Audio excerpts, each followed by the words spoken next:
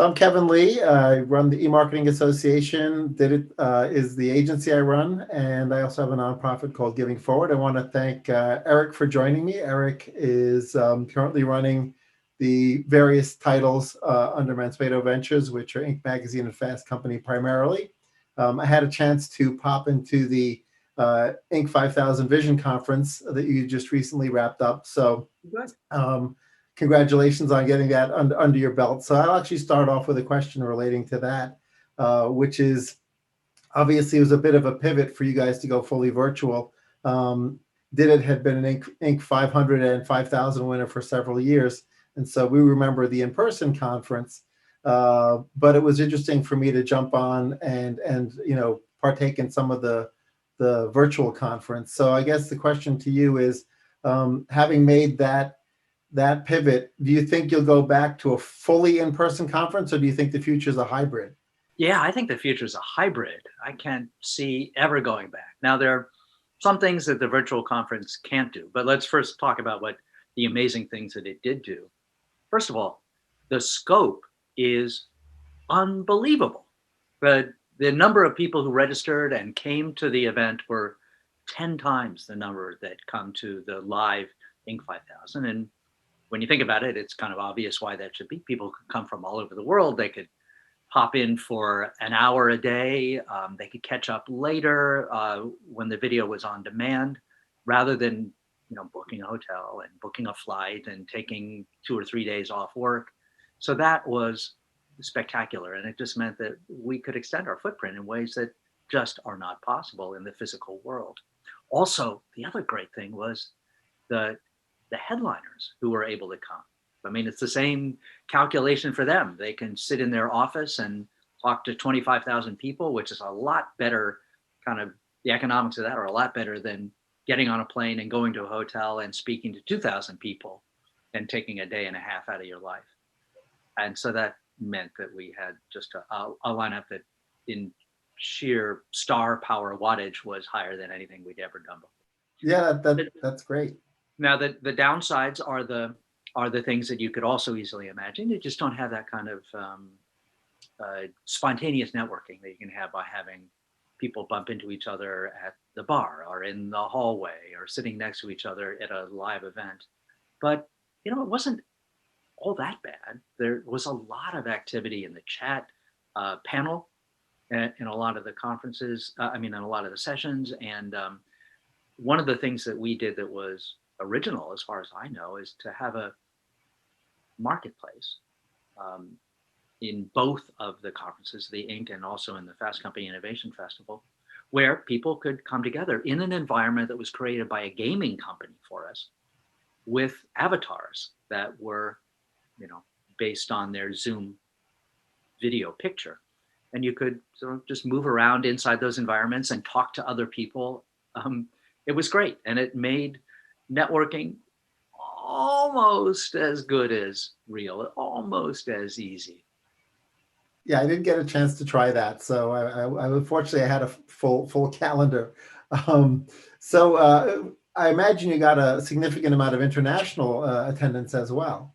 Yes, that's right. And that is not something that had been part of the mandate at Inc. before, but now it was possible to spread the gospel of American entrepreneurship to receptive audiences abroad. That's great. So yeah, I guess it seems like virtual's here to stay in some form. Yeah. I mean, we'll when the circumstances permit, we'll have live conferences too. But the virtual part of it will never go away. There are just too many advantages. Right. Great. Well, back to sort of your beginnings, you've been either writing for or at the helm of business publications for a long time, since 1997, I believe.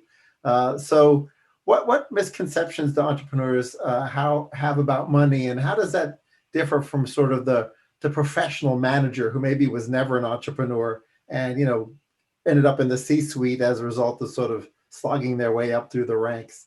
Well, I think both executives, both leaders make the same mental mistake, which is a sort of common mental mistake that human beings everywhere make, but it manifests itself in different ways when you're talking about a startup and when you're talking about an established Fortune 500 type company.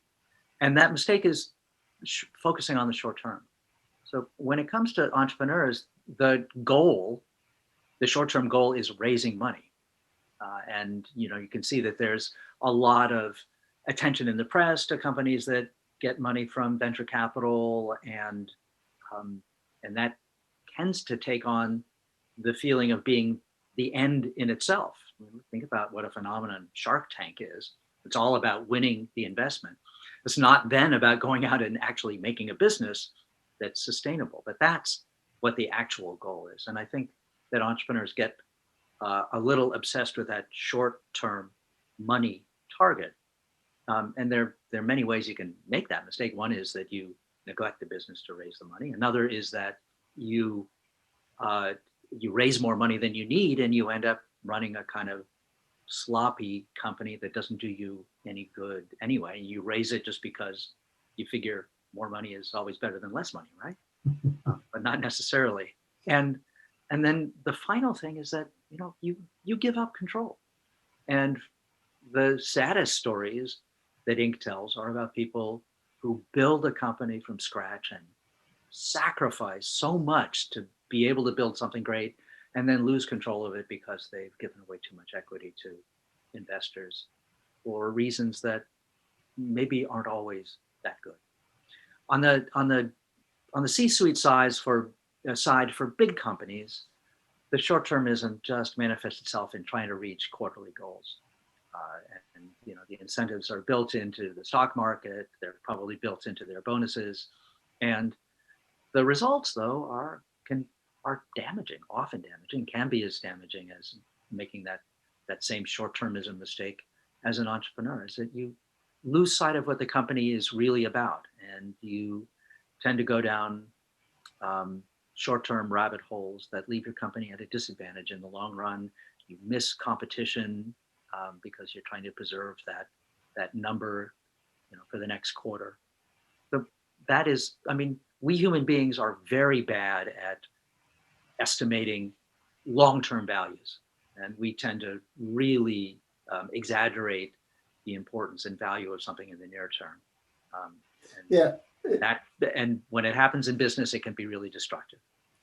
Yeah, I've certainly heard in the past that one of the arguments against publicly traded, corporate entities is the fact that they can't take the long-term approach versus privately held companies, where at least if there are still visionaries, at the helm, they can take those 5-year horizon investments and make them without having to report to the street, basically.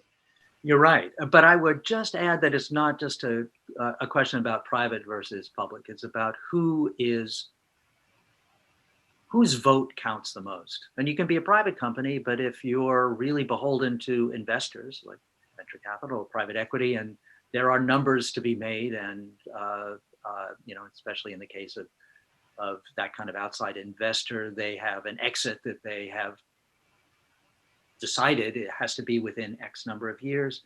That can force you to focus on the short term, or to build up volume growth, exponential growth in users at the expense of the long-term health of the company. True, true. Well, the United States has always been considered sort of an entrepreneur-friendly environment, but I'm curious what your thoughts are with regards to the responsibilities of government at the federal, state, and local level in providing business-friendly environments and providing a fertile ground to run a business, to start a startup, et cetera. I would say that what entrepreneurs tell us is that less regulation is always better than more regulation, and lower taxes are always better than higher taxes. But I think that to dig a little deeper into what they're telling us is that regulation in itself is not bad, as long as what it does is create a level playing field that allows everyone to compete on equal footing. And where regulation gets bad is where it's internally contradictory between rules from one department in the federal government to another department, or between federal, state, and local regulators and make it, very difficult to do business. That's a problem. And another problem is, particularly at the local level, is um, there's a tendency for regulators to be captured by the companies that they regulate. And that by definition means that established companies are the ones that capture the regulators. And then they kind of pull up the ladder of opportunity behind them. And so you can see that with licensing requirements that make it really difficult to start up a new company, or license people to work for you. And that is really unnecessary in many cases and is meant to protect incumbents. And the effect on that is to lower competition and lower opportunity. And if you believe in the bounty that entrepreneurship provides a free enterprise economy, that's not a good effect. Yeah, thanks. That's a valid point. As an entrepreneur, a tech entrepreneur in particular, one of the most exasperating regulatory hurdles that I saw was this requirement to constantly send back master's and PhD foreign students and not be able to keep them here when they wanted to stay here and earn anywhere from $100,000 to $200,000 a year and pay their taxes. And so they ended up having to go back to Europe, to India, to wherever they were originally from. And at the same time, there was sort of this offshoring trend where those same people would end up getting jobs working in their remote countries for US-based companies who couldn't find the tech talent because they had to send them back after their OPT, their optional practical training. And it's just the fact that you couldn't get consensus on this being a bad thing within the government, it has exasperated me to no end. I know. That is one of the most frustrating of all. Former New York City Mayor Bloomberg called it economic suicide. The US has the best brand in the world for entrepreneurship. You mentioned it yourself, Kevin, just a few minutes ago. And the best and the brightest in the world want to come here because opportunity is so great. And then we slam the door in their face. It makes no sense. And as you know, um, tech entrepreneurs in general tend to be way overweighted compared to the ordinary population, with immigrants and first generation immigrants. There's some kind of, there's something that's got to be entrepreneurial in your nature for you to want to pack up from where you were before and seek opportunity in another completely foreign country. And that kind of vigor and risk taking and focus is what a free enterprise economy needs. You've experienced it firsthand, Kevin, and I've observed it in all the entrepreneurs we follow. And I hope that whatever the next administration is, that they put a real solution on that. Well, we can certainly agree on that. One of the other areas that's exasperating for me as an entrepreneur that does a bunch of hiring is the skills gap for folks coming out of colleges and universities. And it's almost universal at this point. And I'm not speaking purely tech folks, although there are a lot of folks with computer science degrees where I sort of scratch my head and wonder, like, seriously, this is what you're supposed to be prepared. But it's across the educational ecosystem where I'm sort of perplexed, and I feel like as business owners like myself have to take up the slack, right? So we end up, when we take a brand new hire, we get the best one we can, but at the same time we sort of feel like, okay, there's clearly a missing 3 to 6 months where we have to do this intensive training to teach fundamentals, right? And so should businesses band together to solve this problem? Like, how do we solve this problem? I think that the problem has always existed, and it's been exacerbated by the need for specialized knowledge in people coming out. It's not like curriculums have changed that much, which is perhaps part of the problem. But, there used to be a lot greater acceptance of the notion that you needed to train people, and that that there was this period of apprenticeship when people joined your company. And I think what has changed isn't that reality is new. It's that the willingness of business to accept that has changed. And that willingness has decreased along with employee loyalty. So it was a reasonable investment to say, okay, I've got this really appealing, bright young person joining the company, and I'm going to invest 3 to 6 months in getting them up to speed in the company culture and the skills that they need to succeed. Uh, and that's one thing if you think they're going to stick around for 10 years. It's another thing if you think they're going to leave at the first offer after 18 months and you invested in training them and someone else is going to reap the benefit of that. But I think the solution is really just to understand the new dynamic and the new deal with employees and employers, which is people come on, it's your company, it's your responsibility to train them, and then you just have to work extra hard to retain them. Yeah, the reason I'm smiling is obviously, we do occasionally hire folks entry level, and it got to the point where the churn rate was so high. Our headquarters is on Long Island, and we had both the Manhattan office and the headquarters, and so we realized that anytime we hired west of our headquarters, that the churn rate was 3 times greater because they'd immediately get headhunted into Manhattan. And so we have this huge alumni network of folks that we trained, and then they hung around for a year and a half, and then they got sucked away into the digital advertising ecosystem that is in Manhattan. So that's we did our investment, and I guess one could say that the fact that they got paid entry level, right, salaries was sort of the part of that quid pro quo. But certainly the churn rate was higher than we had hoped. And we solved it by hiring almost exclusively east of our headquarters as opposed to west. Because, people were willing to make an hour commute into Manhattan, but not an hour and 45 minutes. So they would sometimes move out of their parents' house and then we would lose them, right? So that's really interesting. Very entrepreneurial. But sometimes you have to solve the problem in a different way. Yes. Speaking of problem solving, obviously a lot of businesses have had to really transform as a result of the pandemic. So did you hear any great success stories at the recent conference, or as a result of just your regular role?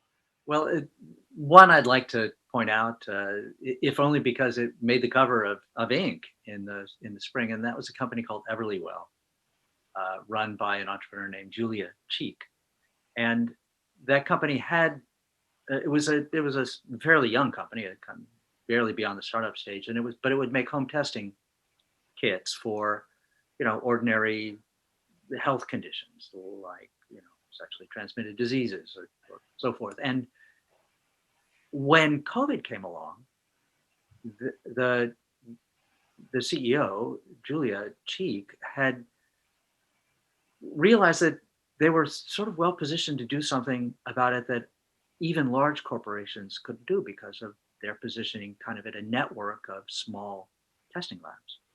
So she convinced her investors to put together $1 million fund out of the 50 million that the company had raised already to encourage labs in their network to create facilities to test for the coronavirus.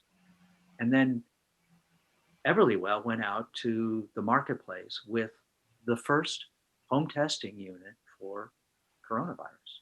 And that was a pivot that was, I thought, emblematic of sort of entrepreneurial agility, but also of the power of a charismatic leader to, seize the moment and do something that made the world a better place, which is what entrepreneurs do. And also just the business pivot and seizing the opportunity, I thought was also very entrepreneurial. So in terms of what small business can do when faced with a global problem, I can't think of a better example than Everlywell. Right. Yeah, that's a great one. Clearly, the pandemic forced you to speed your digital transformation on the event side. And a lot of business owners are similarly struggling with this digital transformation where perhaps they were going to get around to some things, but now they had to get around to them very quickly. They had to really accelerate that. Mhm. And it required a fair amount of investment to make those changes. So do you have any recommendations on how business owners or stakeholders should evaluate their own tolerance for the willingness to be able to make some of those big investments to sort of pivot into the new reality? Well, I think that one of the things that you rightly pointed out accelerated this transformation was the fact that suddenly it has become a life or death decision for a lot of companies. And that is nothing focuses an executive's attention like the fact that if we don't make this transformation, we're going to be out of business, or our Right. business is going to shrink even more than it possibly could. And so our pivot from live events to digital events is a perfect example. There, you know, there no one was going to go travel to San Antonio, for example, which is where we had booked the live Inc. 5000 event, and so we really had no choice. And I have to hand it to my events team who built two iconic events from scratch, and made them uniquely different from other things that had existed before. They're not anything like a regular Zoom meeting, and did it in a record amount of time. Um, but but there was the thing that sort of answered the question about what our tolerance was for investment. It was like, either we do this or we're just going to have to take these tentpole events, these important events, these pillars of our fiscal year to zero. And we weren't willing to do that. Right. One of the things we're actually seeing a lot of is from sort of the digital transformation perspective, is that the interest in marketing plan audits and media plan audits is through the roof compared to previous years. Hmm. So in previous years, the businesses had horrible marketing plans and horrible media plans, but it wasn't as obvious, right? Because now it's obvious that clearly next year's plan is not the same as the 2019 plan. This year's obviously, every decision is being made ad hoc. But from a planning perspective, it seems like the appetite for realizing, oh, well, what we did in the past is not what we should be doing in the future. Now that's much clearer. It's like it took a massive shock to the system for people to say, oh, maybe I shouldn't spend that much money on TV, or maybe doing this particular marketing plan, or the balance between earned media and paid media. All those things are now up for review. So it's really been interesting for us because never have we done so many audits essentially as our initial foray into a relationship with the clients than we are now. I mean, we had done them in the past, but in the past, I felt like they just got cursory scrutiny. In other words, like, oh yeah, we'll just move a little bit of money from this place to that place, and now I think it's really opened the eyes of a lot of CMOs and C-suite folks with regards to just how out of whack their previous marketing plans were. Mhm. Do you feel like that's more of a because we tend to do medium and large businesses as opposed to small businesses? Do you feel like the small businesses are having this aha moment as well with regards to their marketing plans? Um, well, small businesses are still pretty embryonic, most of them, in how they market, and a lot of it is done through social media platforms. As a publisher and a middleman between end user and brands that want to market, what we're seeing is that as brands recognize that they now have attention captured on the small screen as opposed to some other platform, that they don't want to be they want to be a commercial anymore. They want to be providing content. They want to be providing useful service. So we've seen our business for custom content, our Ink Studios and Fast Company Works, skyrocket. And even in the events, you might have noticed when you were at the Inc. 5000 that a number of the sessions were sponsored by brands, but they were not advertisements for using the brand. They were designed in cooperation with our editors to be really useful to the attendees and help them really solve problems. And that is, I think that's a beneficial evolution of marketing. And I mean, after all, I don't believe that editors are the sole repository of useful information for the audiences that we serve at Inc. and Fast Company. And to have partners who are sophisticated about how to get a message across and how to enhance their brand by being helpful rather than being intrusive, I think that is a great partner to have. Right, right. Well, Giving Forward is essentially a nonprofit publishing entity, and branded content, as well as sort of a return to the soap opera slash Tide Unilever model, is a big piece of what we're expecting to do once we reach critical mass. Simply be, and ad blockers have a tremendous amount to do with that. So, in addition to the appetite for the brands to sort of be able to sort of storytell, as well as sort of underwrite content in the way that public radio and public TV got underwritten content, right? It's sort of like this move to, well, circumvent the ad blocker, right? How else do you reach the millennials, Yeah, if not, by immersing yourself into the content? So it's been a bit of a change on the digital side there as well, both as an agency, recommending branded content, as well as sort of now I'm wearing a publisher hat for 20% of my time. yes. So it's been an interesting evolution. Another thing that's you've been seeing a lot in the business press, as well as even sometimes the traditional press, is this idea of whether or not or how businesses should integrate social impact into their ecosystem, both from the perspective of should they engage with their employees from sort of helping deliver social impact. Is it more of a corporate social responsibility focus? In other words, how do we position ourselves and help the broader ecosystem or the broader society from our customer facing perspective, et cetera? So have you seen sort of a change in the last couple of years with regards to that, and how businesses are approaching this idea of social impact? Should they, encourage volunteerism, with employees? Should they take guidance with regards to their CSR programs from employees, or just from their customers? Sort of how should the C-suite think about that? I think that you need to do both, that you need to be responsive to what your employees want in the area of social justice. And that's a fact that's been brought home across my company and many competitors. People are really involved, in the newsroom, just to keep it focused on media, with social justice issues now in the wake of George Floyd's death and all the other things that happened since. And consumers, for their part, I think, want to identify with brands that stand for what they believe in. And I think you can commit a real harm to yourself if you ignore that and allow your reputation to, if you assume that no one cares about what your reputation is in terms of fair trade or social justice or discrimination. It's no longer something that you can get a pass on by saying, we're neutral. The country is more partisan, and the issues are starker.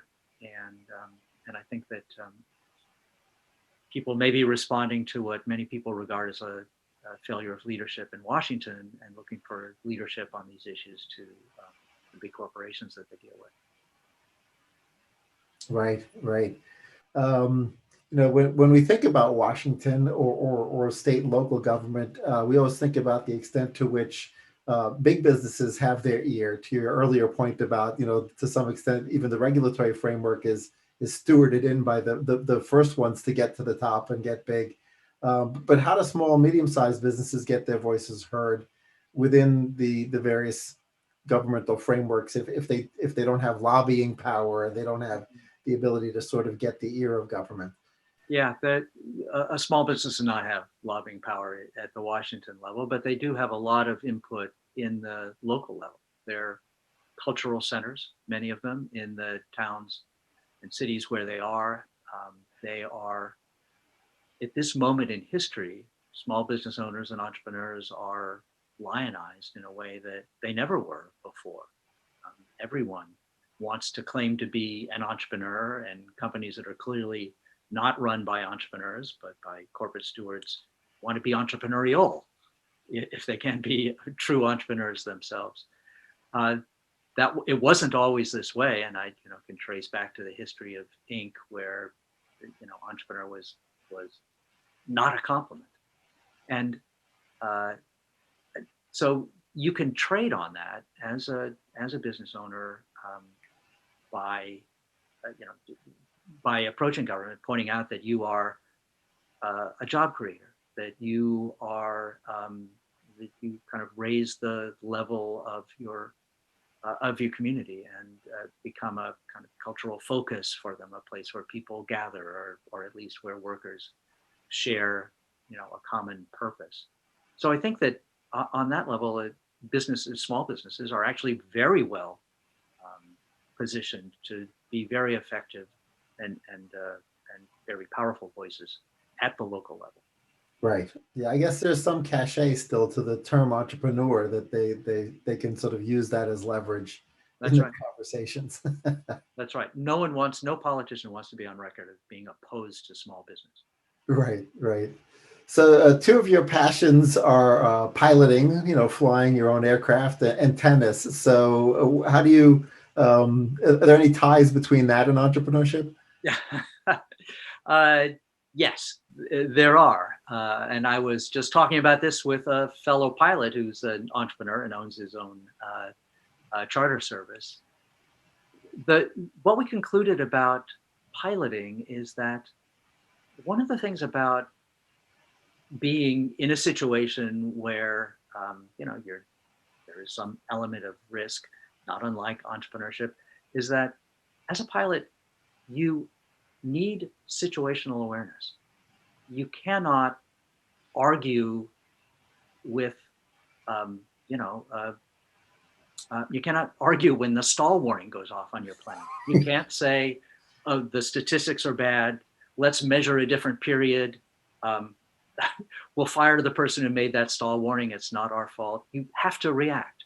So you have to understand what's really going on. And I think that that kind of honesty about where your business is, what's really affecting it, about your own blind spots as a leader, all of that kind of hardcore realism is a really great tool for an entrepreneur.